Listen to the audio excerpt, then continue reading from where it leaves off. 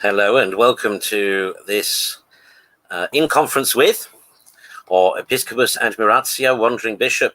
And literally this is just me wandering aloud, whatever sort of comes into my head, sort of taking a risk, I suppose. I should begin by apologizing for the Angelus and the Rosary.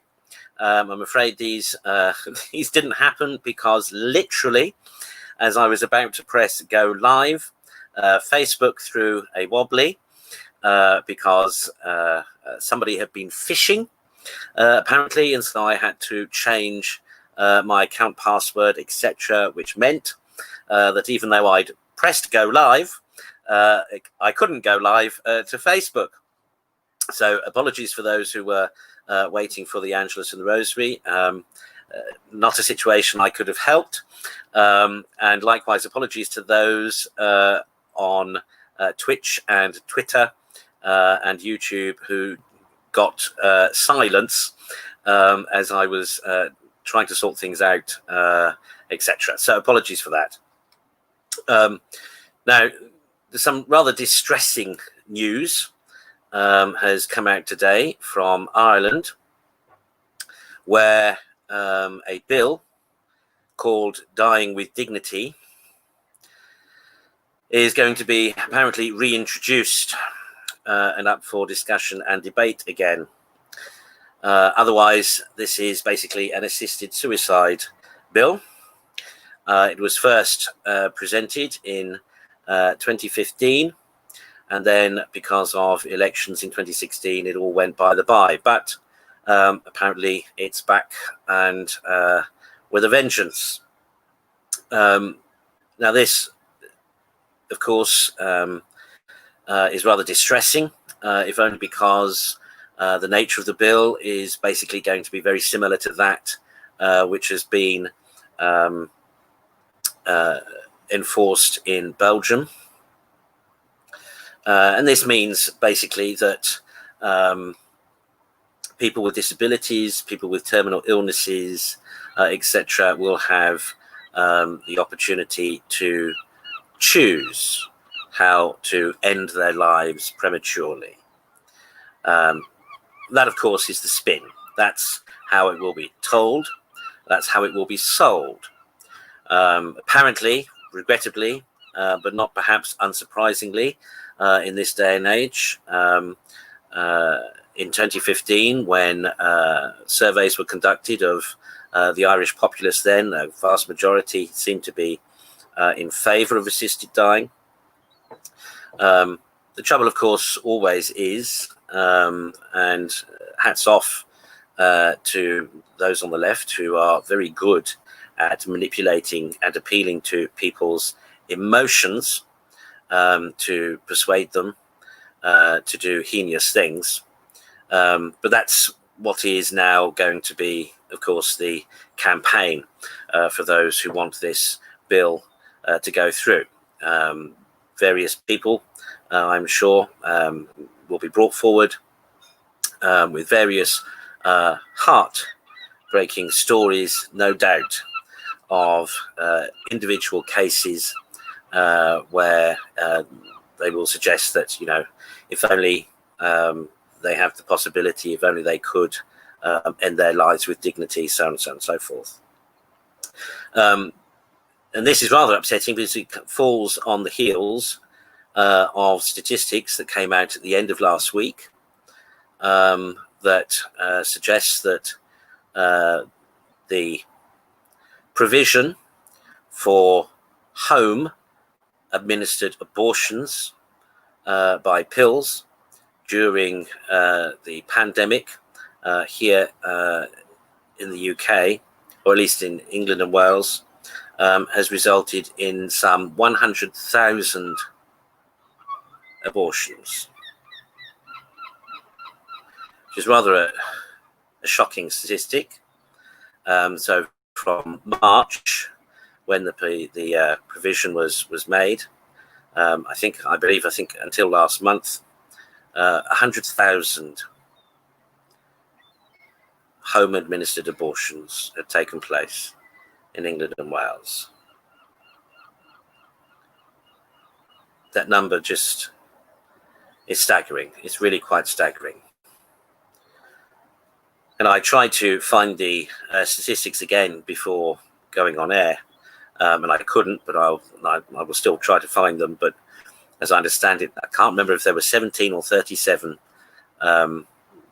critical cases, emergency situations that arose from home-administered abortions, where the lives of women were particularly put at risk. This can happen when, for example, people don't realize that if you miscarry, if you have a miscarriage, it's important that the baby and the womb, etc., the placenta, whatever, is evacuated. If it doesn't, it begins to cause, it's poisonous to the woman, as things, of course, begin to go sour and begin to die, etc. Really quite awful situation. If you've watched the Midwife series of the nuns in Poplar during the 40s, 50s and 60s, you'll know that women there who had home abortions, but not of a pill kind, but of a butchering kind, they always have complications afterwards. And that, of course, was the argument for legalizing abortions in 1967. The argument was that women are going to have abortions anyway, therefore shouldn't they have them in a legal way, in sanitary medical conditions, on the NHS, etc. That's to avoid the loss or tragic loss or unfortunate loss or unintended loss of those women having an abortion. And that is the argument, again, so often used by the left to justify all sorts of things. They always appeal to emotion, and they always appeal to a sense that people are going to do it anyway, or that people are already doing it anyway. For example, all the policy and guidance concerning young people, people in schools, teenagers, of giving them access to family planning, to prophylactics, etc. The argument is always, oh, well, they're doing it anyway, so we ought to enable them to do it safely. There's never any thought, perhaps we should be encouraging them not to do it at all. The same way with AIDS in Africa.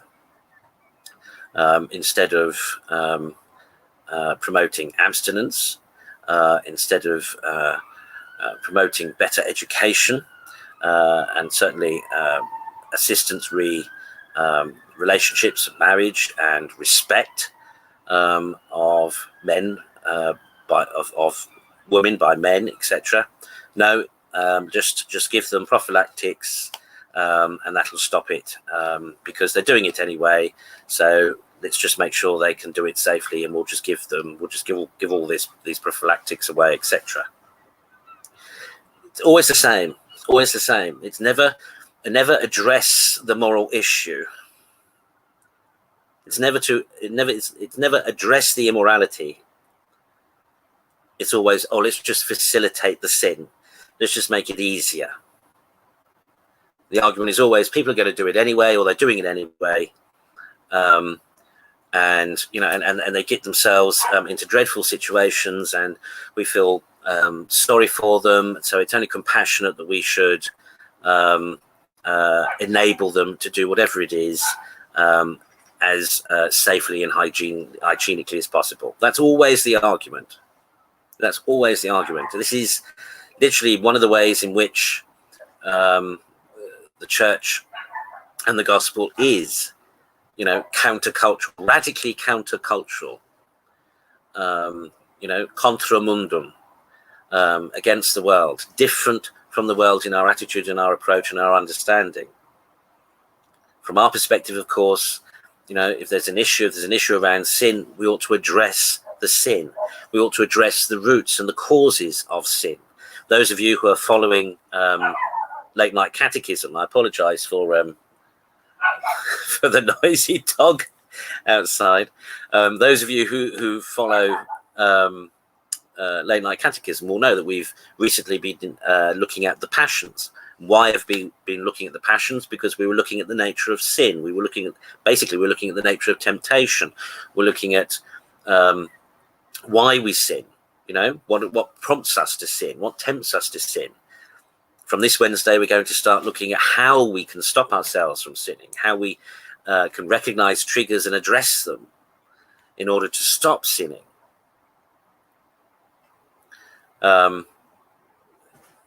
And so, the church's solution always to these sorts of things is try to nip the thing in the bud. Yes, of course, we have compassion. Of course, we have concern for those who, as a result of sin, have got themselves into unfortunate situations.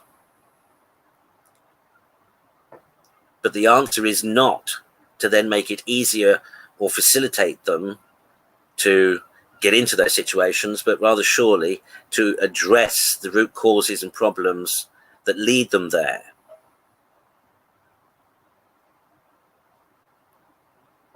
One of the things, for example, that really ought to be, what we ought to be teaching our young people, for example, in schools, is about proper respect for the other.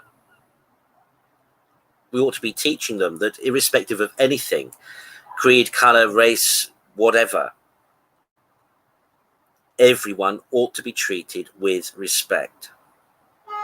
Now, if we started teaching our children that from kindergarten, nursery school, by the time they were teenagers, hopefully by then they would have learned to have such respect for each other that they would not seek to abuse each other, to experiment with each other, to take advantage or manipulate each other, as they are now, manipulating their emotions, manipulating their urges and their temptations.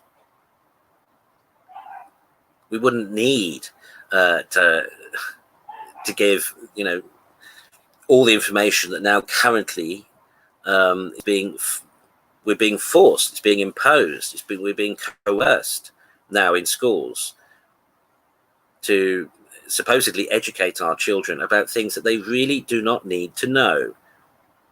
Because, of course, what we do know is, and what the educators never like to talk about, is the fact that every time you give them more information about how to do something, they then want to do it.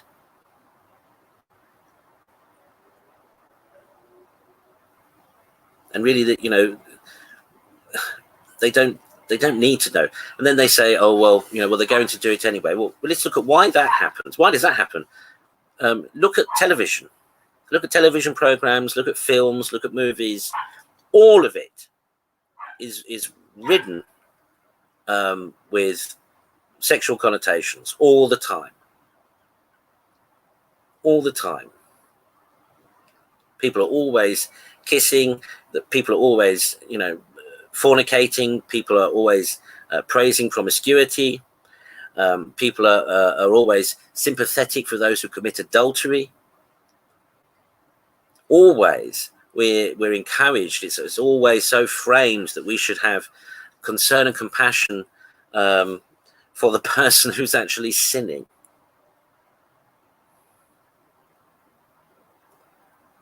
And as Matt Fradd, a vlogger, a Catholic vlogger on YouTube, said recently, part of the reason why all that happens is because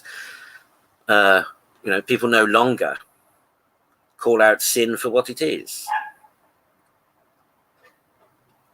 It became a gradual thing. Let me shut this window. It became a gradual thing that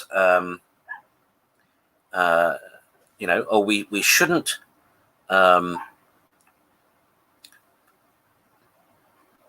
So the argument was that people who were fornicators, people who were promiscuous, it was then said we shouldn't victimize them, or we shouldn't bully them. We shouldn't call them out for their sin. We should, turn a blind eye, as it were. So that gradually, of course, then there was no shame about sin. And if you look at the shift in social mores and morality over the last 30 to 50 years, really, whereas in the Victorian age, somebody who committed adultery would be called an adulterer, and they would be taken to court for it. Somebody who was promiscuous, who was a fornicator, would be shamed for it. Now, I'm not necessarily saying that we ought to go down the route of shaming people for their sins or past sins. I'm not saying that at all. That, of course, is something that the left now want to do. They now want to shame people. But what I am saying is that we should call sin by its name. We should name sins. We should name certain behaviors as being both sinful and negative, and explain why. So, for example, adultery. Let's take adultery. Why is adultery a sin?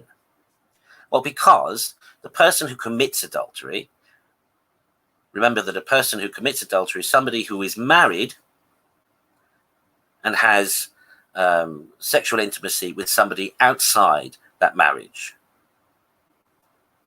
And the whole concept, the legal concept, as well as the social and the religious concept of marriage, is monogamy.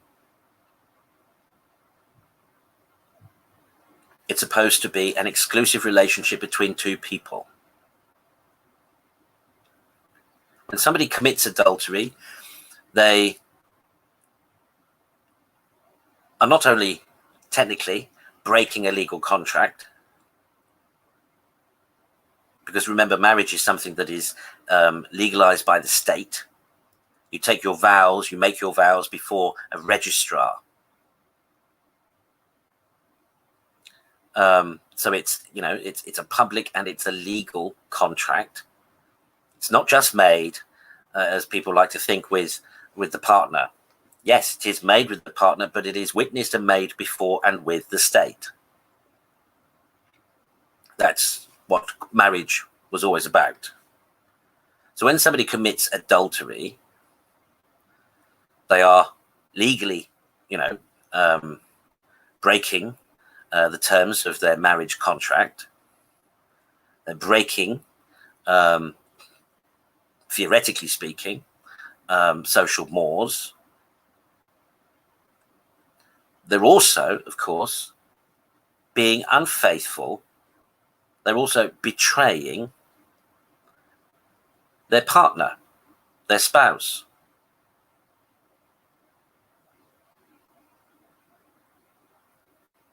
Now, why is it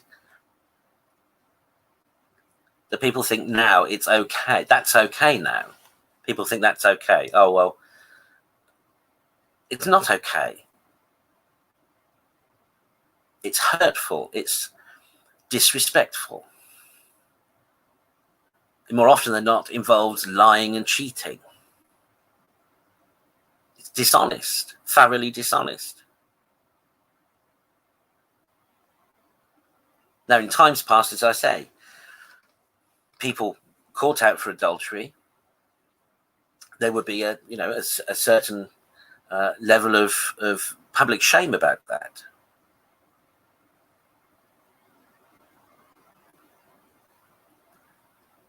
Divorce on the grounds of adultery was something shameful.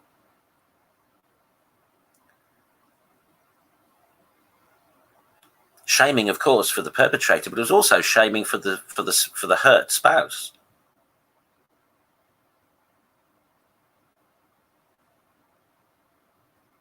Having to admit publicly, having to hear publicly how one was betrayed, how one's feelings and emotions were hurt.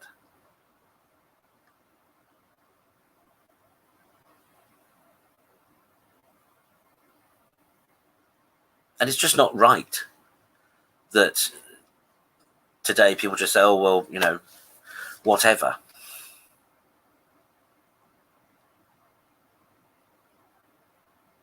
And the same is true for all sorts of other sins today. It's all really these days on the side of the perpetrator, not on the side of those who are hurt.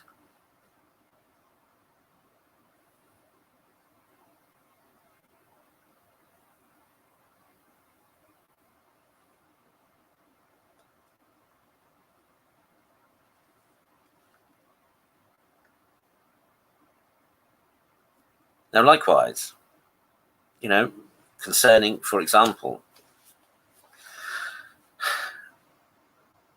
those unfortunate to have had because they felt trapped, because they felt there was no other way, they felt unsupported, etc. Those who have had to have an abortion. Of course, one should have nothing but sympathy and compassion. Certainly, after the crime, as it were, there's no point in this instance banging on about judgment and being judgmental. Exactly because it does take an awful lot for somebody to reach that stage and that sort of decision. Except, of course, that generally these days, and that level and depth of decision making is not necessarily involved. As we know, less than 1% of abortions have anything to do with the threat to the mother's life or cases of rape or incest. Less than 1%. In other words, 99% of abortions today are for convenience. Now, yes, there are all sorts of situations, all sorts of reasons why people will justify. There are all sorts of mitigating circumstances. There are all sorts of appreciable scenarios. You know, one can sometimes appreciate the thinking of those who would say, "Oh, well, you know, well, I'm too young to have a child, or I can't support a child, or my family can't support a child, my family won't support a child, or my partner won't support a child, etc., etc." But at the end of the day, why should the innocent be punished?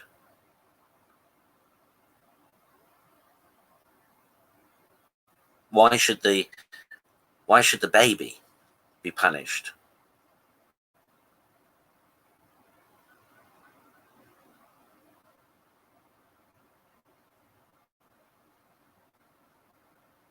And likewise, read the arguments for assisted dying and for suicide and so on and so forth again. One appreciates, one can have considerable sympathy for those who say, well, you know, so they have no quality of life, or I have no quality of life because I have to care for them, so on and so forth.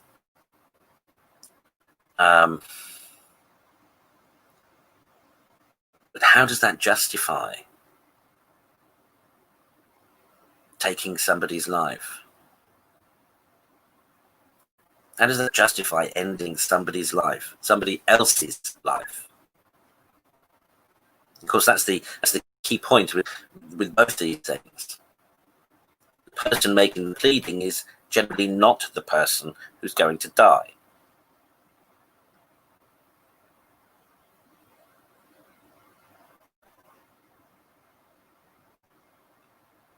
The unborn don't have a voice. Those who are in comas or vegetative states or decreased levels of mental capacity, etc. They don't have a voice.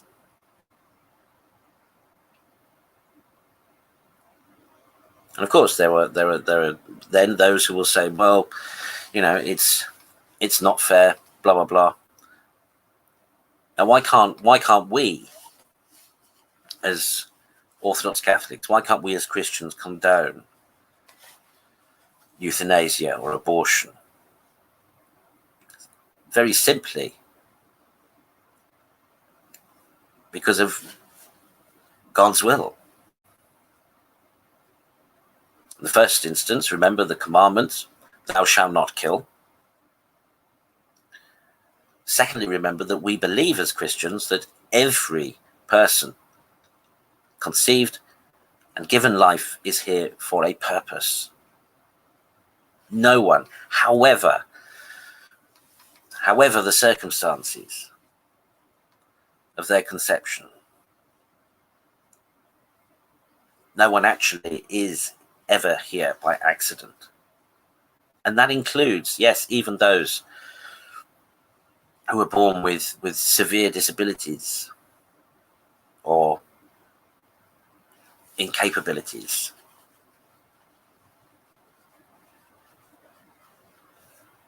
And this is because fundamentally we ought to understand as Christians, that we are not the authors of our lives. We're not given life for its own sake, for our own sake.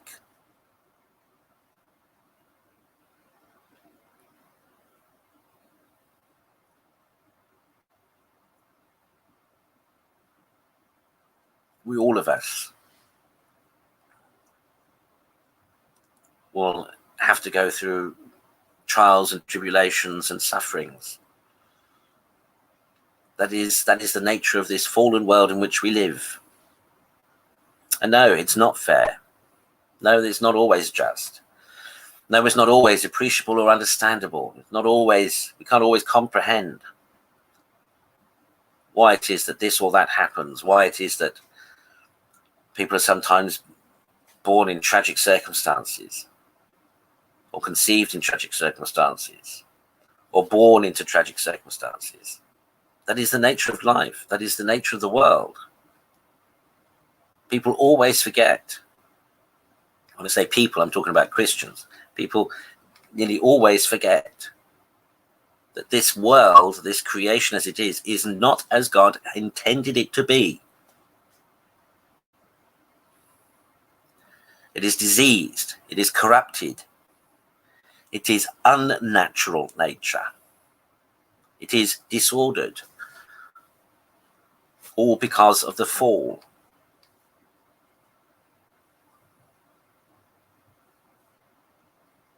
People forget that, God created the world and saw that it was good. Then the fall happened.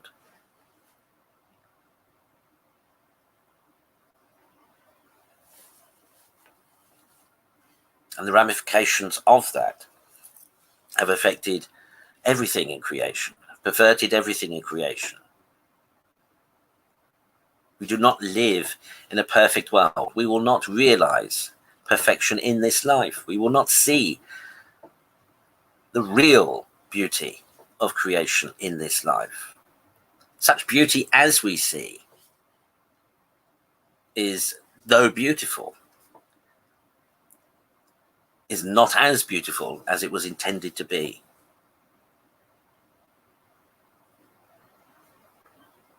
Not until the restorative and reconciliatory work begun in Christ upon the cross is realized at the end of time. Then when the new heaven, the new earth, and the kingdom comes, then we will see things as they were meant to be. Then we will appreciate the difference in the real beauty.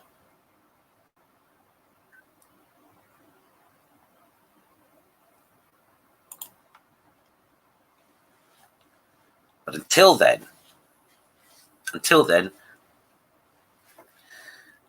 Yes, there are things that superficially appear beautiful. There are things that superficially appear good, that we may see and experience and glimpse in this life. There are some things even that may speak to and point toward that perfection that will one day be.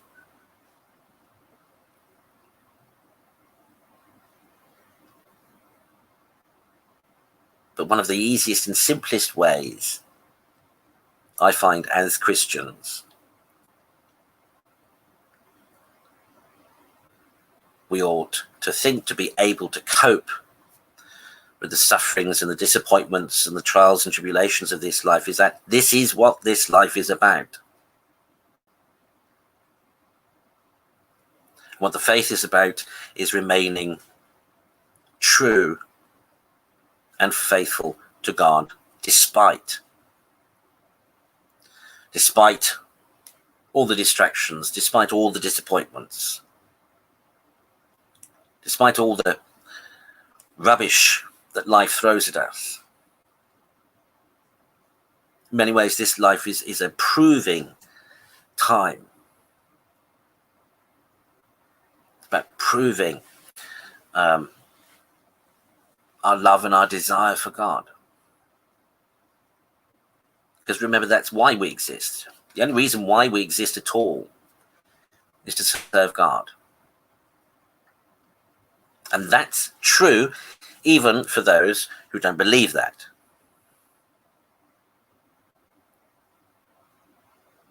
But what we mustn't do as Christians is fall into that trap of, as we so often do, of thinking like non-believers do, thinking like unbelievers do. Fall into that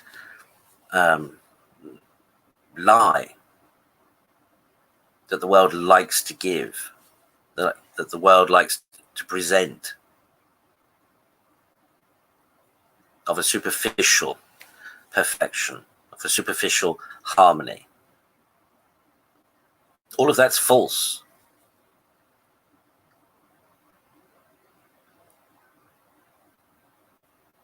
All of it's false. But it is possible. It is possible in this life to experience something, to glimpse something of what perfection will be. The only way to do that is by holding fast to God, is by putting one's trust in Him and allowing oneself to. That's the only way to achieve any sense of true happiness or self-fulfillment in this life. True fulfillment is to fulfill God's will for one's life, to realize the reason for our existence. And of course, that varies from person to person as what that purpose, what that will of God for them may be. And that's why as Christians, vocational discernment is so important. All of us, not just sacred ministers, religious nuns, and brothers, etc. All of us as Christians should be continually discerning God's will, trying to discern why we exist. What was the purpose He created us for?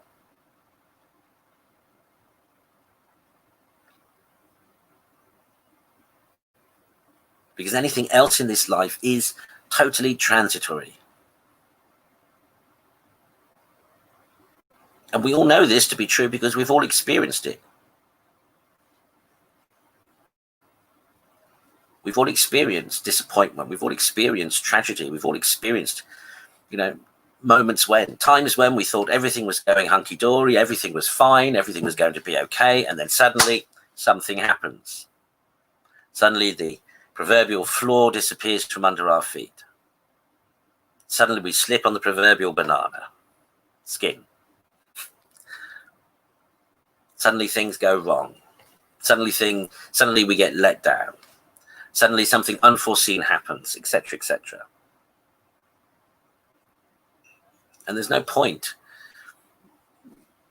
living under a false hope and this superficial perfection, or striving for this superficial perfection or false hope that the world peddles. It's better rather to deal with reality.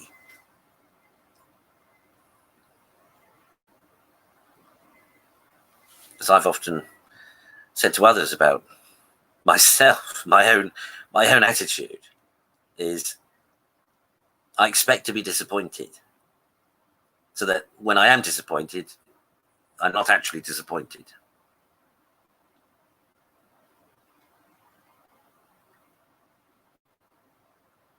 I just know. It's not that I know in the sense of that I'm pessimistic, because I'm not. As anybody who knows me well will tell you I'm very optimistic. But I'm always ready for disappointment.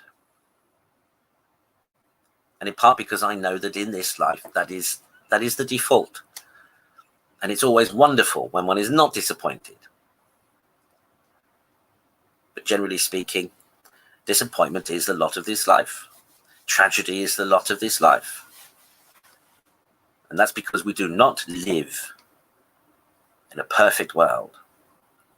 Everything is corrupted. Everything is not as it ought to be. Everything is not as it should be.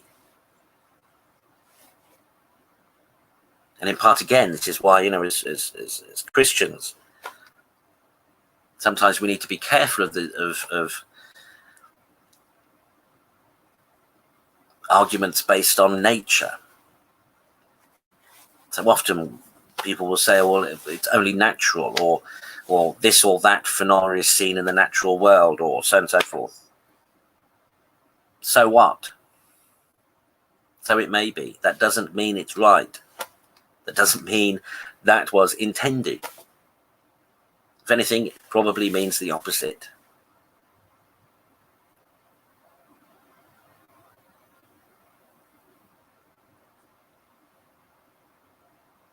But the gospel really is all about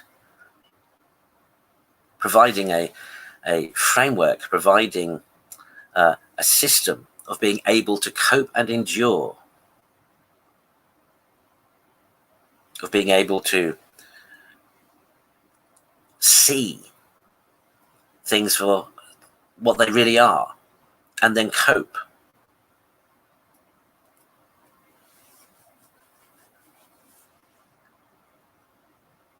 In many ways, that's why the gospel is, in many ways, that's why the gospel is pragmatic.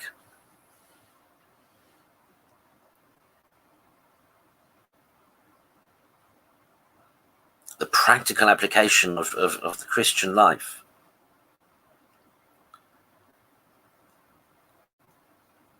It's all about the aspiration and the desire for the hope of that perfection that will one day be.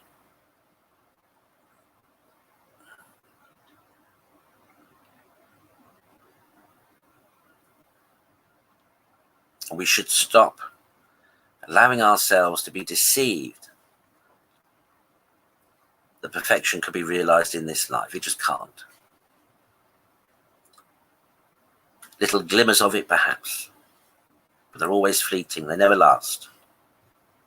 Yes, there is a great deal of good that can be done, nonetheless, but it is always prone to attack. It's always prone to being destroyed, because that is the nature of this life. That is the nature of this world.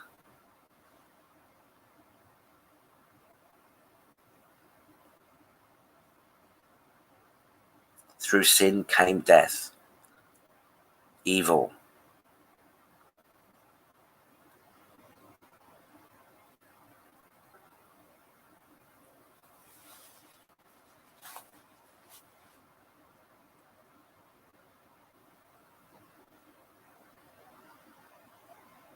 So how do we deal with that? How do we try to react? What should our response be to things like the increased levels of abortion, of the legalization of euthanasia, etc.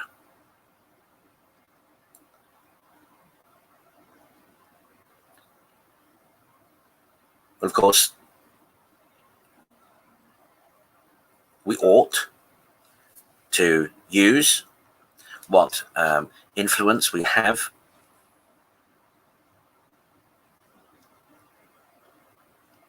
to try to moderate or prevent, if at all possible,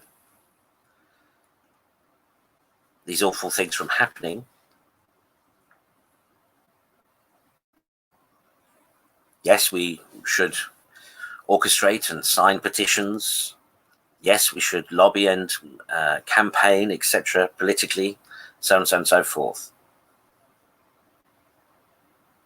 But ultimately,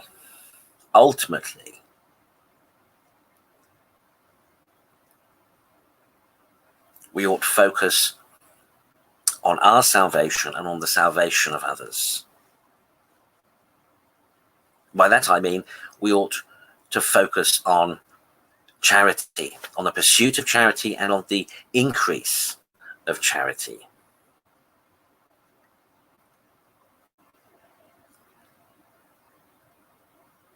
Because as we've seen in history, it doesn't matter how many times, for example, for argument's sake, it doesn't matter how many times we might defeat a pro-abortion legislation. These things are cyclical. It'll come back. It'll come round again. It'll come round again because of the corruption that is this life, that is this world. And it's not to say that we then, it's a waste of effort or energy to try and do something about it. Of course it isn't.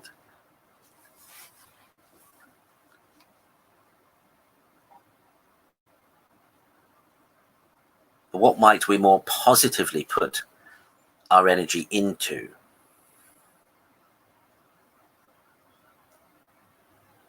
And really that's our own salvation and the salvation of others. Because if there were more Christians, more genuine Christians, more committed Christians, more Orthodox Catholics,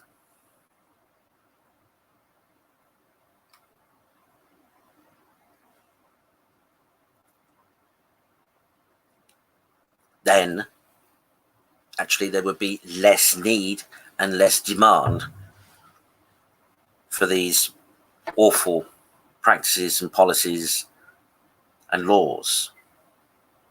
If more people were living a godly life, if more people were living an authentic Christian life, where there would be an obvious increase in charity, in faith, in hope, where there would be the fellowship and the support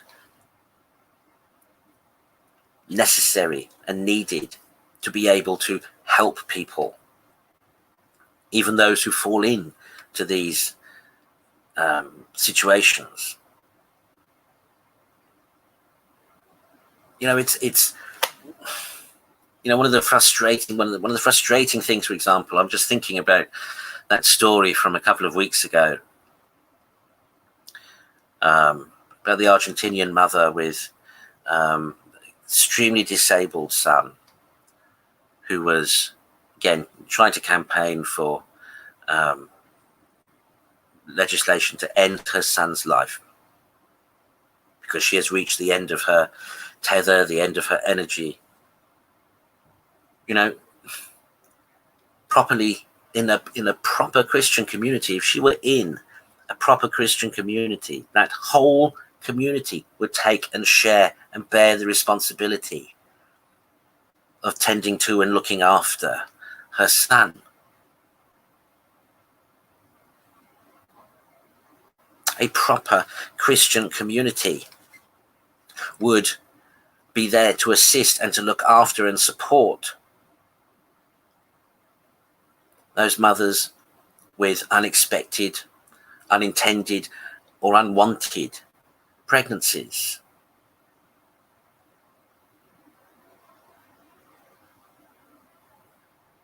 And I've said it before, part of the problem today is because the church is not what it should be.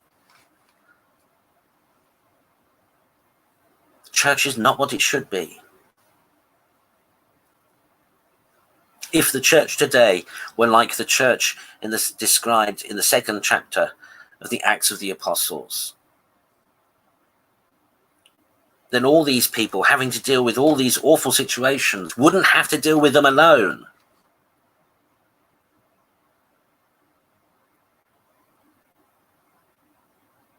They would be loved and supported and helped and encouraged to bear and to carry their cross and manifest love. People would be able to endure their suffering if they were buoyed by the support of true fellowship and charity. This is the problem, my brothers and sisters, today. This is why, that's why people feel there is no resort but to do these awful things. This is why the impetus is so necessary and important for us as Christians to be about our salvation and the salvation of others. So there might be a community of love, of real sacrificial living and giving and loving,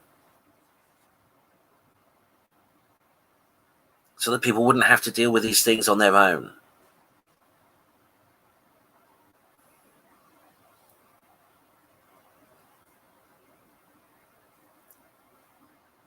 And the only reason why that doesn't happen, the only reason why that isn't happening is because everybody is so darned selfish.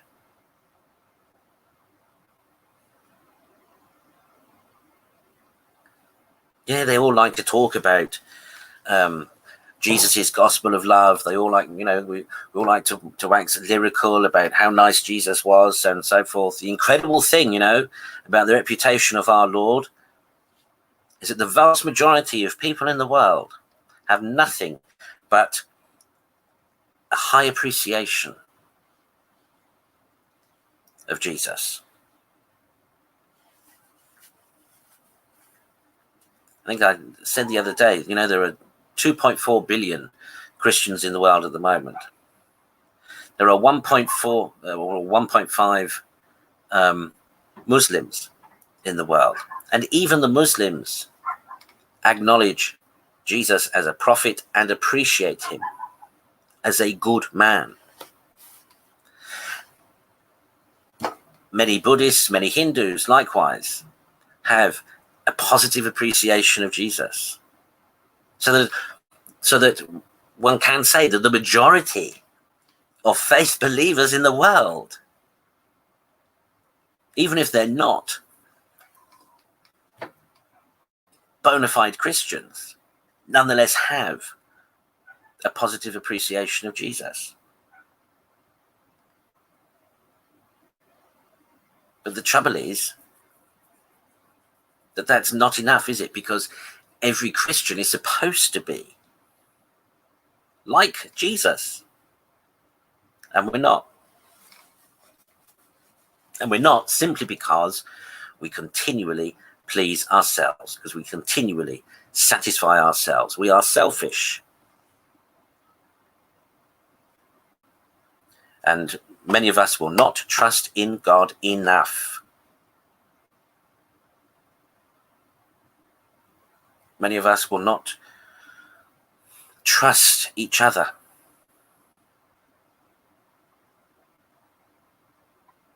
And even then, all of that comes down to selfishness.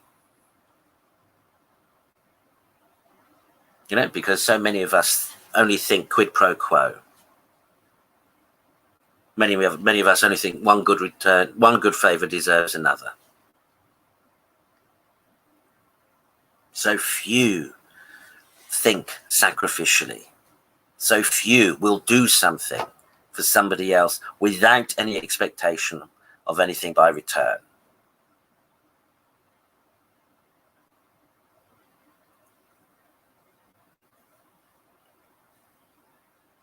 If 2.4 billion Christians around the world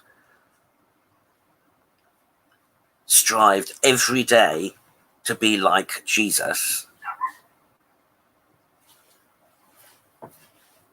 the world would be completely different. The world could be completely transformed. There wouldn't need to be all this negativity. There wouldn't need to be, and I'm not saying that there wouldn't be suffering. Of course there would be suffering, but there would be a greater support and level of help and assistance and encouragement. There would be a real bearing with one another's burdens. There would be a real sharing.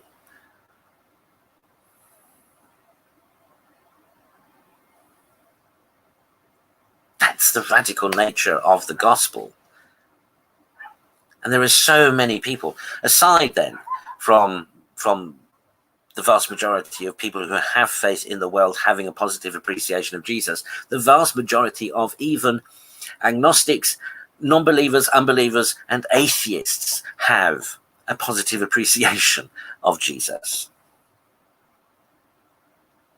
And for many of them, the problem with the church is that they look at us and they don't see him. And it's not because they're expecting to see mirror images of him. It's because they expect to see something of his teaching, something of his way.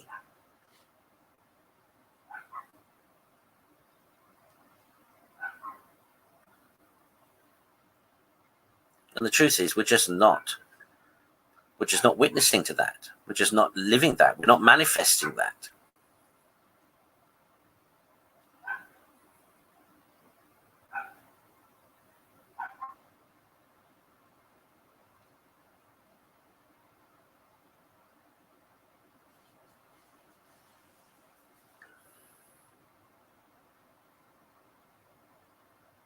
And until we do,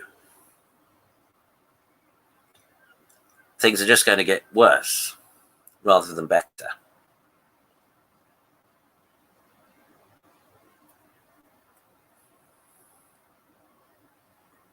And a large part of the problem is down to the ignorance of so many Christians about the faith and about what it really means to be a Christian. So many are ignorant of the scriptures.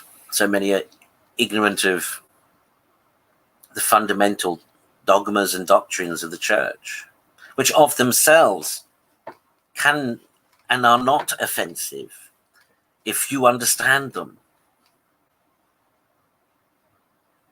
Everything, even the church's discipline, even canon law, is all about the attainment and the striving, the manifestation, the application of charity and sacrificial living and loving.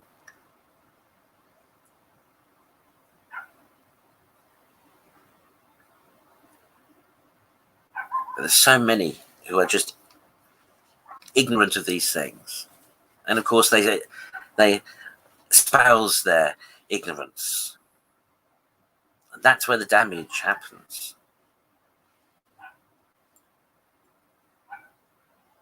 So many who think that they are fundamental Christians, who think that they are doing what Scripture says, or that they are living out the teachings of our Lord.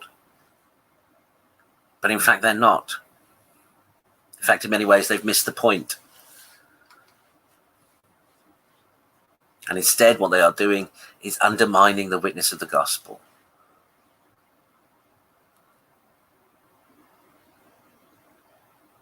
And And it's true that one of the really difficult things, and one of the things that's very difficult to strike a balance, is about communicating what the truth is without appearing judgmental. It's not easy. It's not easy.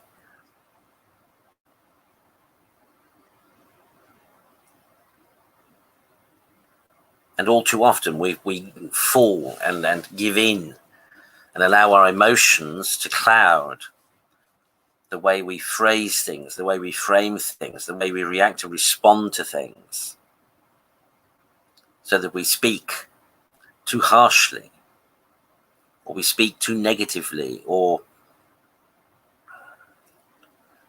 we fall to traduce, to belittle.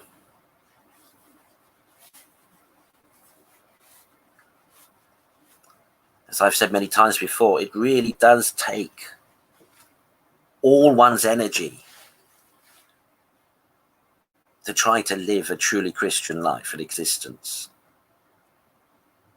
I mean, that's why the first commandment is love the Lord your God with all your heart, with all your soul, with all your mind, with all your strength. It should take every fiber of our being, every ounce of energy we can muster. We cannot afford to let up. We cannot afford to drop the ball. We can't afford to allow things to slide. We can't afford to give in to ourselves.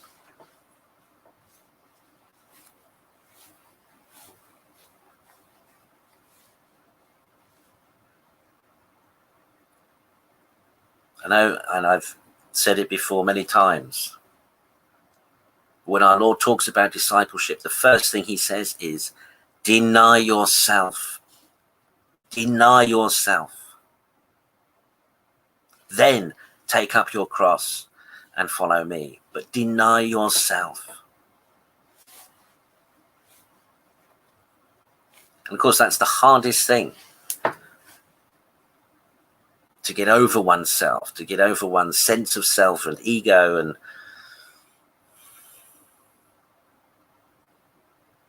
yet that's what it takes. But you see, this could be possible, this could be doable if everyone was striving to do it. And if we were all supporting and encouraging each other to do it.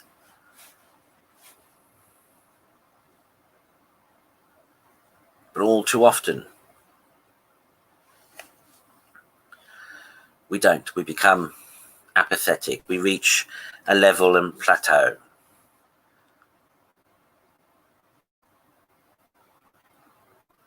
Many of us just resign, even perhaps to failure, and so give up trying.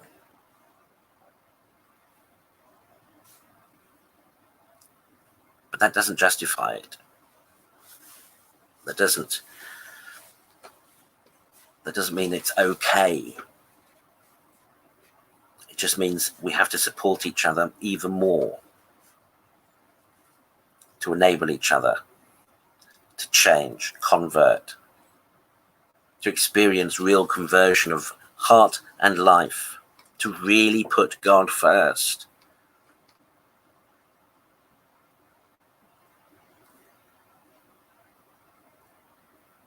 And like I say, because if more of us as Christians were really striving to live and be Christians, nobody would be calling to legalize assisted dying. Nobody would be calling to legalize and change the restrictions on abortions. We wouldn't have, we wouldn't likely have as many single mothers and unwanted pregnancies and teenage pregnancies and there wouldn't be so much hate. There wouldn't be so much self-loathing. There wouldn't be so much general hurt and loneliness.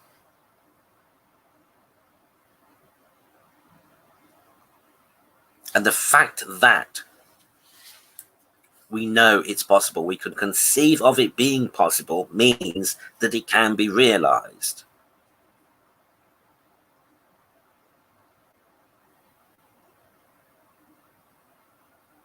All too often we will just give in and give up instead of give more.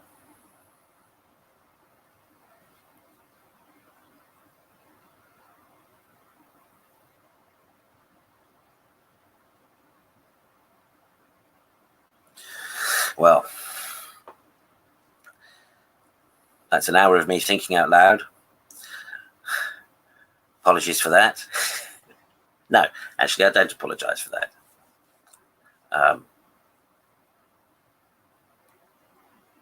Because this really is the situation, and the gospel is the only answer. And somehow we've just got to find it within ourselves to encourage each other to strive and be more Christ-like.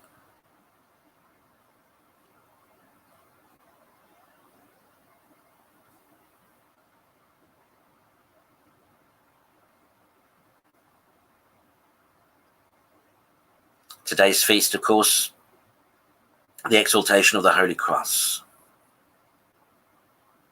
We should glory in the cross of our Lord Jesus Christ, because by it we are redeemed, we are saved.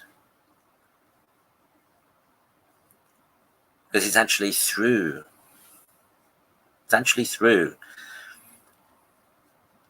suffering that we see and appreciate reality, and with Christian hope can endure and survive and enable each other to survive and endure, and thereby realize our Christian hope for each other.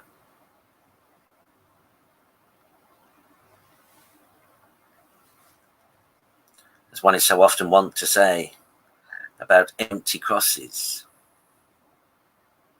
you can't have resurrection without first having the crucifixion. And it is that broken body upon the cross that is the manifestation of God's love. And what's more, that broken body of the incarnation, of God becoming one of us and suffering with us, suffering like us, and doing so out of love for us.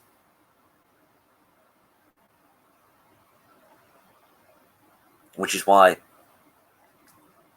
I will always advocate for crucifixes over plain crosses.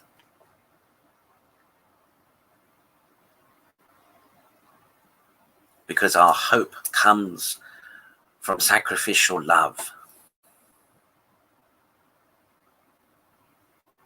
And it is sacrificial love that is the crux.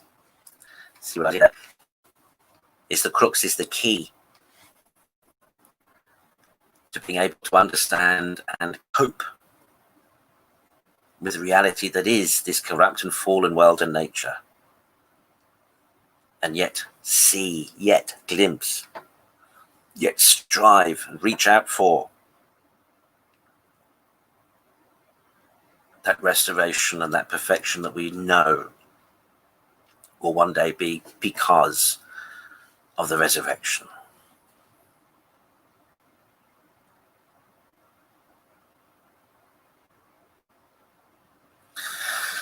Well, of course, Mass tomorrow is the next broadcast. That's at 8:30 a.m. BST, GMT +1. Tomorrow is the Feast of the Seven Sorrows of the Blessed Virgin Mary, the traditional octave day of the Nativity of the Blessed Virgin. Angelus, of course, at 12, and again at 6, and hopefully again at 6 with the Rosary. So wherever you are in the world, you're more than welcome to tune in and join us for any of those services, and not feel alone, but pray with company and be inspired, hopefully, if not be consoled.